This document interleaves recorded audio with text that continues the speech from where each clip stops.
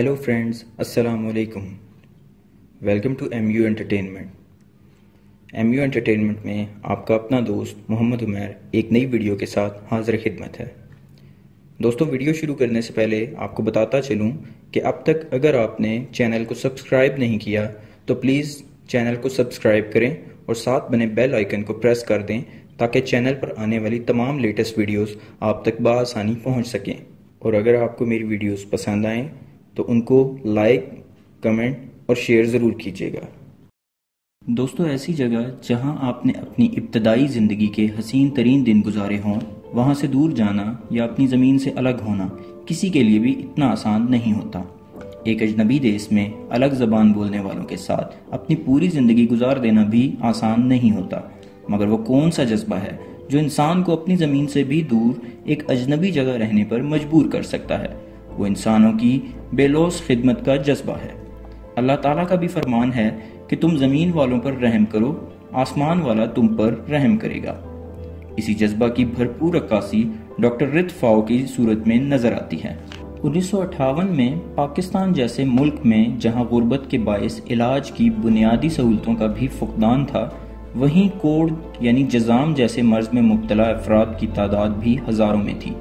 Doctor رت فاؤ نے ان مریضوں کے بارے میں ایک فلم دیکھی۔ کوڑ اچھوت مرض ہے جس میں انسان کا جسم گلنا شروع کر دیتا ہے، جسم میں پیپ پڑ جاتی ہے اور اس کے ساتھ ہی انسان کا گوشت ٹوٹ ٹوٹ کر نیچے گرنے لگتا ہے۔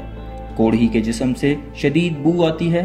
کوڑھی اپنے اعضاء کو بچانے کے لیے ہاتھوں، ٹانگوں اور منہ کو کپڑے کی بڑی بڑی پٹیوں میں لپیٹ کر رکھتے ہیں۔ یہ مرض لاعلاج سمجھا جاتا تھا۔ اس مرض میں مبتلا شخص کے پاس جانا تو درکنار، ان مریضوں کے اپنے سگے رشتہ دار بھی انہیں شہر سے باہر پھینک آتے تھے اور انہیں سسک سسک کر مرنے یا خودکشی کرنے پر مجبور کر دیتے تھے۔ پاکستان میں 1960 تک کوڑ کے ہزاروں مریض موجود تھے۔ ڈاکٹر رت فاؤ نے صورتحال دیکھتے ہوئے جرمنی سے کراچی کا سفر طے کیا اور آخر دم تک یہاں پر اس مرض کے خلاف جہاد میں مصروف رہیں۔ انہوں نے پاکستان کے کوڑھیوں کے لیے اپنا ملک، اپنی جوانی اور اپنا خاندان اور اپنی زندگی وقف کر دی۔ کراچی میں 1963 میں میری لیپریسی سینٹر بنایا جو کوڑ کے مریضوں کا علاج کرتا تھا۔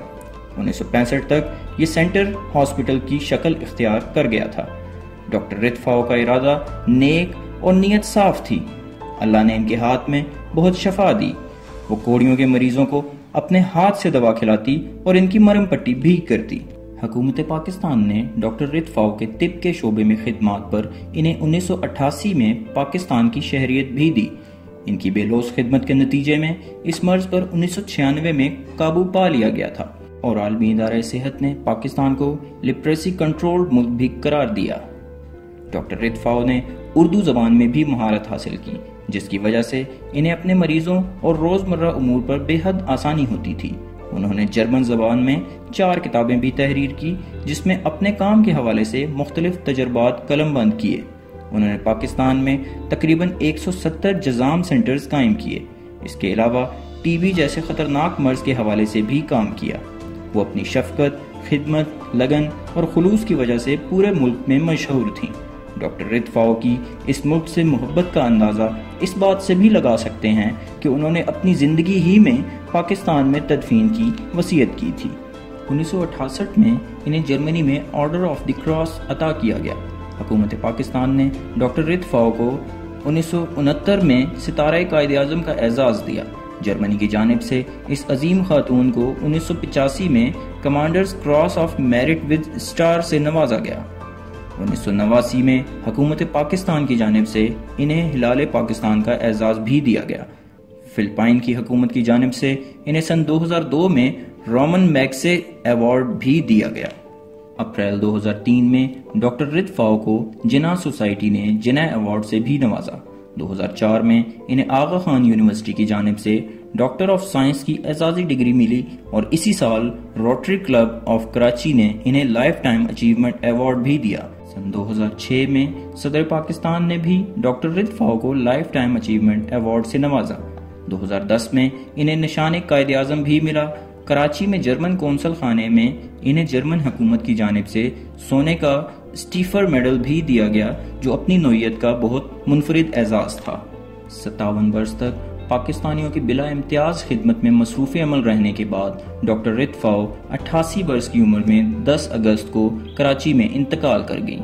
ان کی تدفین کا عمل مکمل سرکاری اعزاز اور قومی پرچم کے ساتھ کراچی کے گورا قبرستان میں ادا کیا گیا۔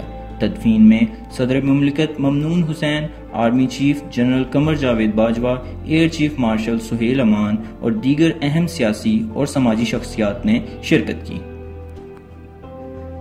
بلا شبہ ڈاکٹر رتفاؤ نے طب کے شعبے میں وہ لازوال خدمات انجام دی ہیں جن کی جتنی پذیرائی کی جائے وہ کم ہے۔ ضرورت اس امر کی ہے کہ آنے والی نسلوں کو قوم کی ان عظیم ہستیوں کے کارناموں سے متعلق آگاہی دی جائے تاکہ اقوام عالم میں ہم فخر سے سر بلند کر کے موذی امراض سے بچاؤ کے لیے کام کرنے والوں کو خراج تحسین پیش کر سکیں۔